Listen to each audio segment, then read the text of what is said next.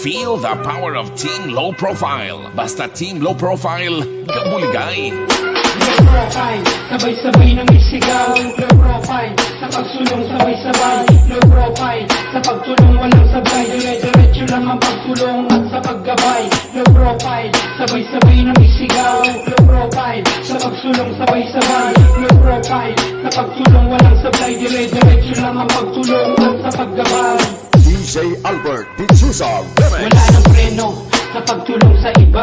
Yan ang layunin ng grupo na talagang kakaiba. Sama-samang isusulong at padadamihin, hindi sa papormahan kundi sa aming layunin, na ang bawat isa'y tutulong sa mga mithiin. Kahit saan kami sumuong ay aming pagbubutihin. Makatulong lang sa kapwa, lahat ay iikutin kahit malayo ang lugar. Good morning mga kamanlalakbay. Dito po tayo sa kanto ng Taktakan, Mendez. Hihintayin natin yung mga kasama natin na sasama dun sa lakad namin ng Lemery, Batangas. Andun kasi naghihintay yung mga kasama ng ibang chapter galing sa Mindoro at saka ibang parte ng Calabarzon. Magkita-kita kami ngayon dahil mag-celebrate kami sa ika-6 na taon sa aming organisasyon.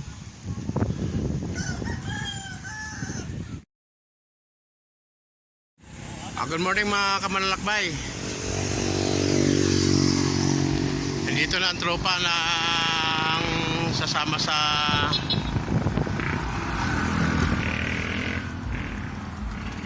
anniversary natin sa Team Low Profile. Ayan.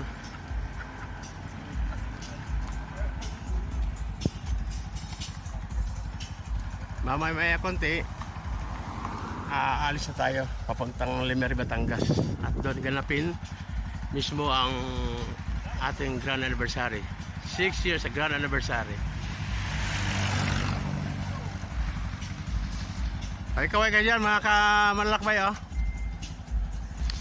Yan ang grupo mga solido, hindi mawawala talaga yan, promise. Thank you Lord. Mga kamanlalakbay, ayun na yung mga kasama natin. Nauna na yung iba at malapit na kami sa crossing Mendez.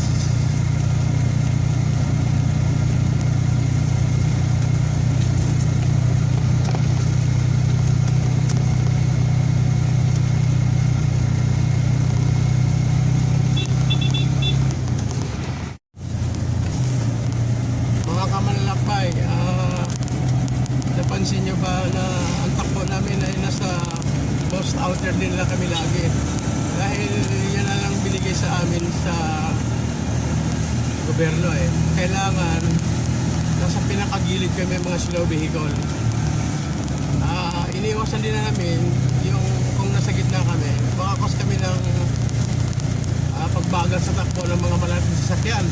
Kaya sa mga hindi pa nakaalam or nakaalam kasi habitual nyo ang nasa gitna ng daan, sikapin yung matuto kayo dito sa most outer lane, kasi yan lang binigay sa atin sa gobyerno kung tayo ay nasa national highway. Wala kasi ibang access din na daan papunta roon kaya dito lang tayo. Kaya mag-ingatan tayo kung nasa national highway na tayo mga kamanlalakbay.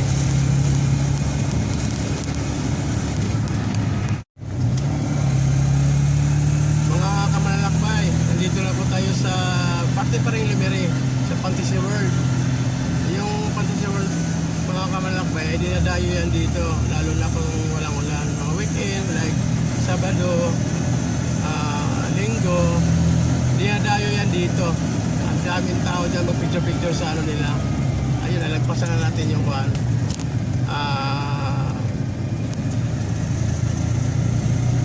Yung Fantasy World na building.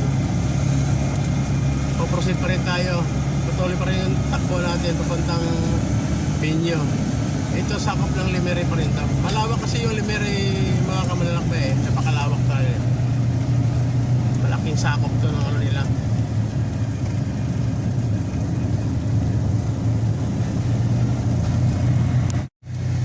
Mga kamanlalakbay, malapit na po tayo sa patag ng Lemery.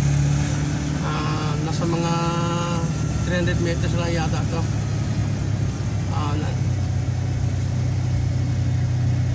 Paspasan na kami kanina eh. Dahil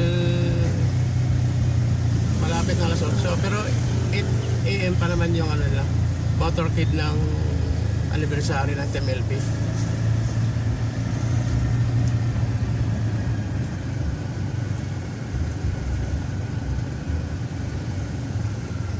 Ayan ang mga kamanlalakbay. Lapit-lapit natin sa kanto. Pagdating doon sa kanto kamanlalakbay, kakaliwa tayo papunta sa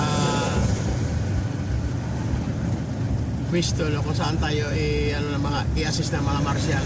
May mga marshal na nag-aabang dyan, mga kamanlalakbay. Marshal ng kuwan.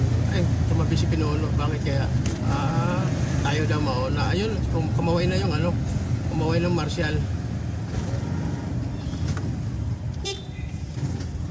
Ayun na.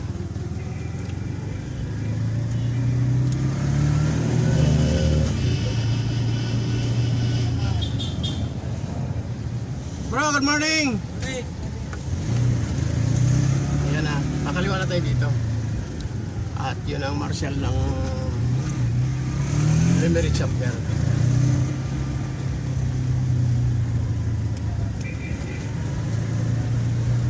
Dito rin ibang ano.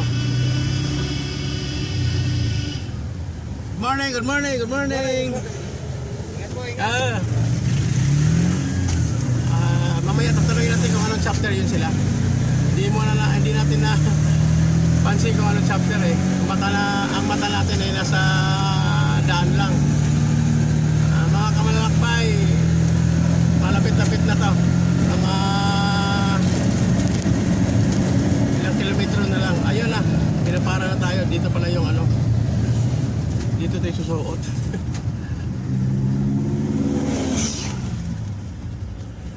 Ayun, nakita ko si CL Miming, CL ng Rosario, Batangas. Nandito rin. Good morning! Nandito rin yung chapter ng Gumaka. Good morning! Ayan si, ano,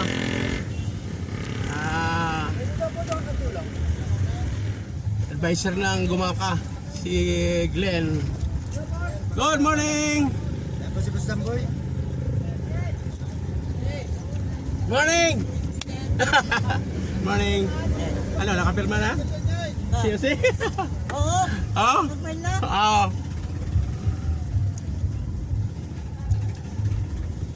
Okay, say, good morning! Magandang umaga.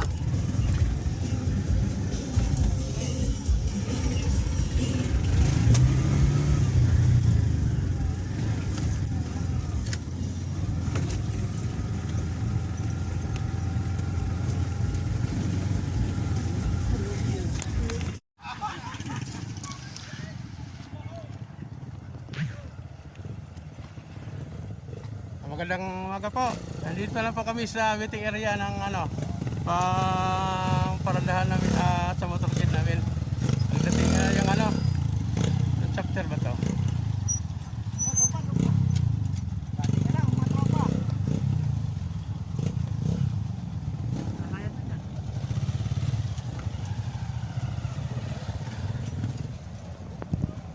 Ito yung chapter ng Kalatagan. YC Mac, at sa member sila Brad Eric. Onsi, wish ko na manalo tayo para lalakas tayo dun sa ano, itong grupo ni ano, YC Miming, CL Miming.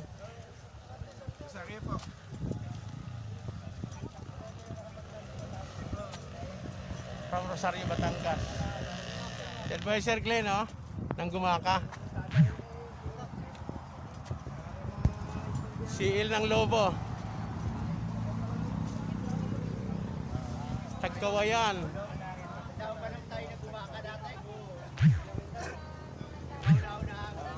CL, Magandang umaga.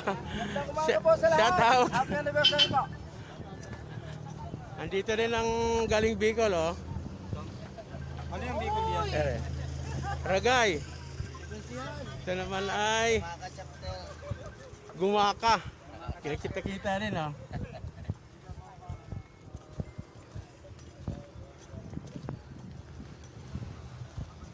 Good morning. Baliti. Ay! Walang ulan sa inyo? Maganda naman takbo ng ano nyo, nung na shortcut kami dito sa may mga seawall ng ano. Madali lang pala daanan doon.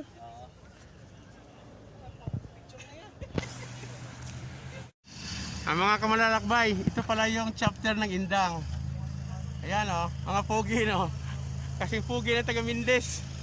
Ayan si CL, Vincent. Ayan. Yarman! OIC. Saan si OIC? Wala. Ay, mga ticket bites. Ay, OIC! Huwag mong pagilan yan. At saka meron pa siyang isa, yung dubo at saka yung balloon. Hindi yung riders na isa. CL, yung certification mo pala sa amin, hindi ko nadala. Oo nga ba? Nahuli paggawa kasi yun eh. Ayan na, narinig na natin yung iba. Yan pala yung ano, yung chapter ng San Juan, Batangas.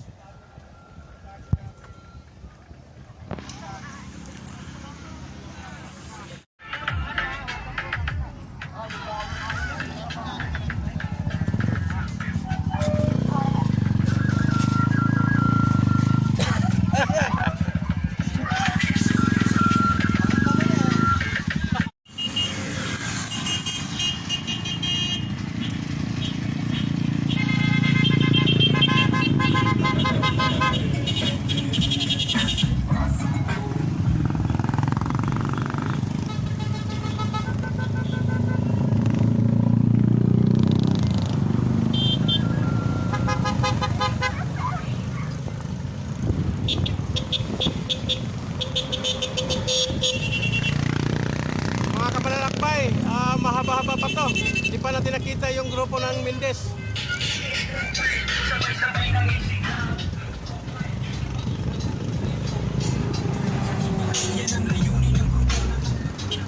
Busy ata to eh. Ayun. Sila team leader TL Sarmiento.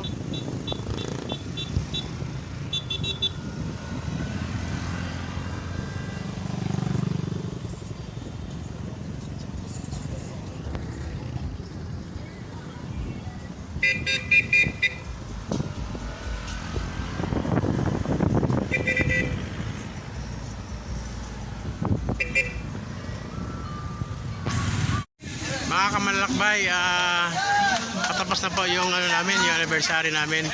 At isa-isa pong bawat chapter leader ay nag-perform doon sa unahan na yan. Ayun si chapter leader ng Amadeo, tumakas yan, hindi nagsasalita yan doon. Yan.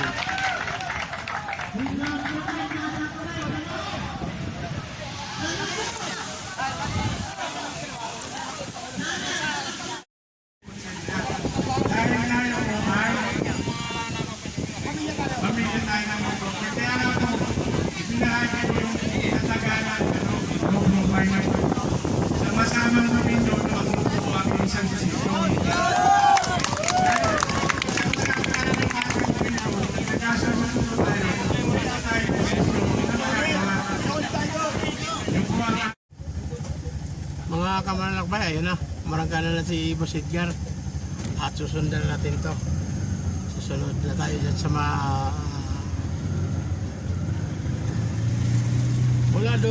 mula dito sa binyo namin sa Lemery, Batangas. Medyo malalayo pa eh. Ang top speed namin na ibigay mamaya ay 40 lang.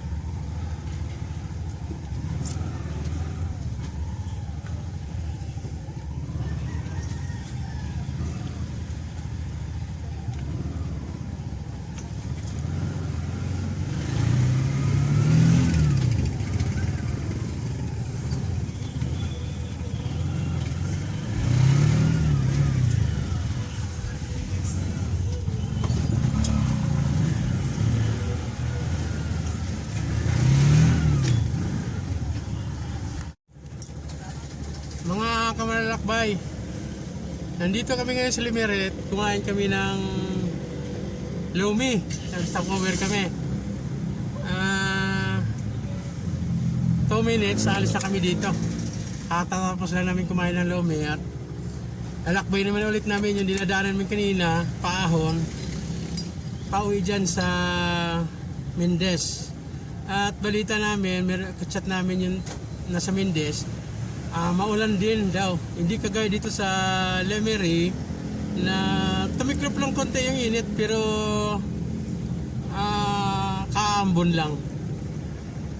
Mga kamanlalakbay, katatapos lang ng ano namin, yung grand anniversary.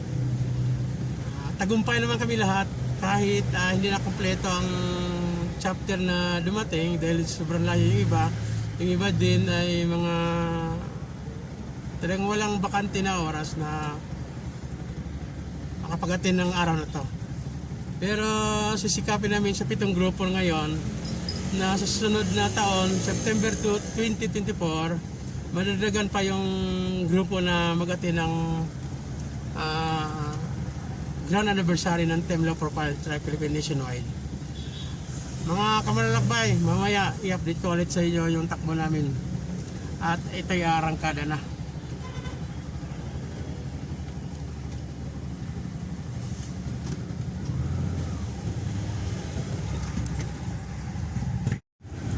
Mga kamanlalakbay, nandito na po tayo sa kanto ng crossing papuntang Tagaytay. Medyo malayo pa talaga yung paglalakbay natin.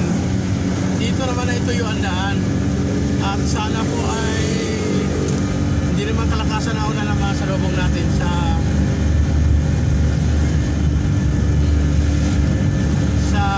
paglalakbay natin pauwi sa dyan sa Mendez. Ang litpak pa rin natin ay si Boss Edgar Aore. Ang pangalawa naman ay si Parinjes. Sila pinuno na sa kalikuran natin. Siguro sa aming paglalakbay ngayon pauwi, dala namin kasiyahan dahil nagtagumpay yung grand anniversary namin. Nagkita-kita kami sa iba pang mga chapter. Hindi naman na kumpleto ang pagdating sa ibang chapter. At least kahit pa paano yung mga chapter na mga chapter leader na hindi namin nahalubilo kailanman, nagkita-kita na rin kami at nakita na rin namin yung kanya-kanyang performance sa mga chapter nila ng Team Low Profile. Medyo lamang tayo konti sa ibang chapter ng Team LP kahit baguhan lang ako sa naging chapter leader nila sa Team Low Profile Mendez. Kasi kahit pa paano umabot kami 7 na nagating ngayon at saka yung mga baguhan pa. Yung ibang chapter nga ay humalo kami kanina, hindi ko na nakuhaan ng video. Nasabi nila pinagpintuhan daw kami kanina sa iba pang chapter dahil nagtanong daw yung ibang chapter na kung sino yung mga nakapula na uniforme. Palibhasa, ngayon lang kami naka-atin ng grand anniversary ng Team LP. Medyo at saka mga baguhan kami. Talagang nagtaka sila kung sino kami. Kaya lumapit sila sa amin. At ngayon narinig namin sa ibang chapter na pinagkwentuhan pala kami. Dahil yun, may mga kasama ko, may mga senior na at sa mga katandaan namin sa edad na to, nakita na nila ang pagkasurido sa aming organisasyon. Kaya pasalamat kami, OIC Makmak sa Kalatagan. Salamat sa pagpupuri mo sa chapter namin ng Mendez. Kung sino bang kausap mo sa ibang chapter na gano'n din sinasabi niya, na sinasabi mo rin sa amin, shout out sa inyo lahat. Pasalamat kami. Narinig namin yan galing sa mga bibig niyo mismo. Guys, mamaya i-update ko kayo sa takbo namin ng kakatap ko muna to. Mga kamalalakbay, napansin nyo ba yung daan mabasa? Siguro tuloy-tuloy ang wala dito mula kanina. Pagkasama ng umaga, alas 6:20 doon sa Mendez. Dumaan kami dito, pasa din, kagaya ng Mendez na ano. Pero doon pagdating namin sila, may sawa ng Diyos ay tuyo. Hanggat natapos yung motorcade. Hanggat pag-alis namin doon, tuyo pa rin yung daan. Iba talaga ang klima doon sa Batangas kaysa dito sa Tagaytay. Mas malapit dito ng hamog dito sa Tagaytay. Kaya doon kanina napansin namin sa parting Limere, kumakain kami doon sa Lumihan. Mahangin pero pinapawisan kami.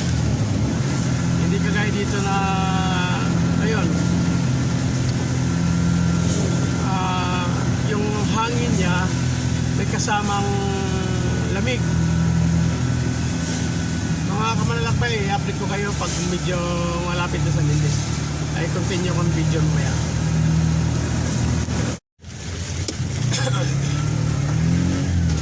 Mga kamanalakbay, dito na po tayo sa crossing Mendez. Kakaliwa na tayo dyan.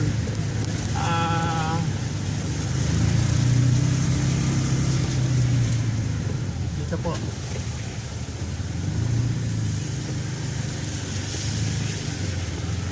Okay, thank you Lord. Dito na po tayo magsimula ng lusong.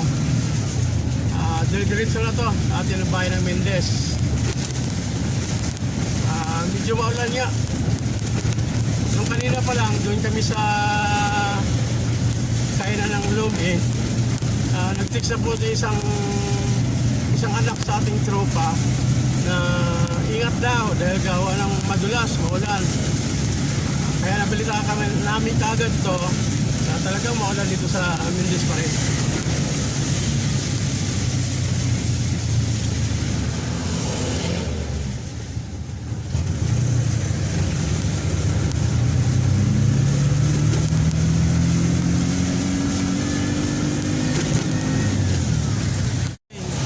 Nandito na pa tayo sa Mendez.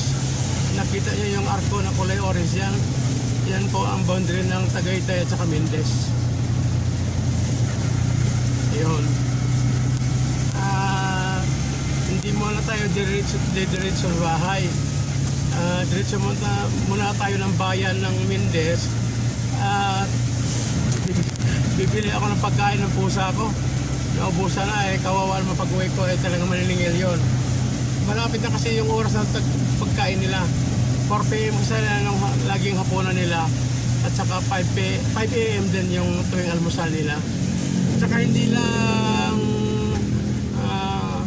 pagkain ng pusa ang sadyain natin dito sa bayan ng Mendez.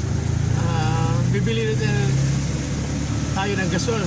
Kanina kasi habang nagluluto ako ng kanin at saka ulam para mababaon doon sa aming naatinan na grand anniversary ng TMLP. Naubusan ako ng gasol. Nakunti lang nabaon na kanin. Kaya diretso mo tayo bibili ngayon. Mga kamanlakbay, at dito na po at tapusin ko yung video natin galing sa Limere pauwi dito sa Mendez. At pinagpala natin ng Panginoong Diyos na wala tayong mga aberya. Lord Jesus Christ, maraming salamat. Bye-bye mga kamanlalakbay.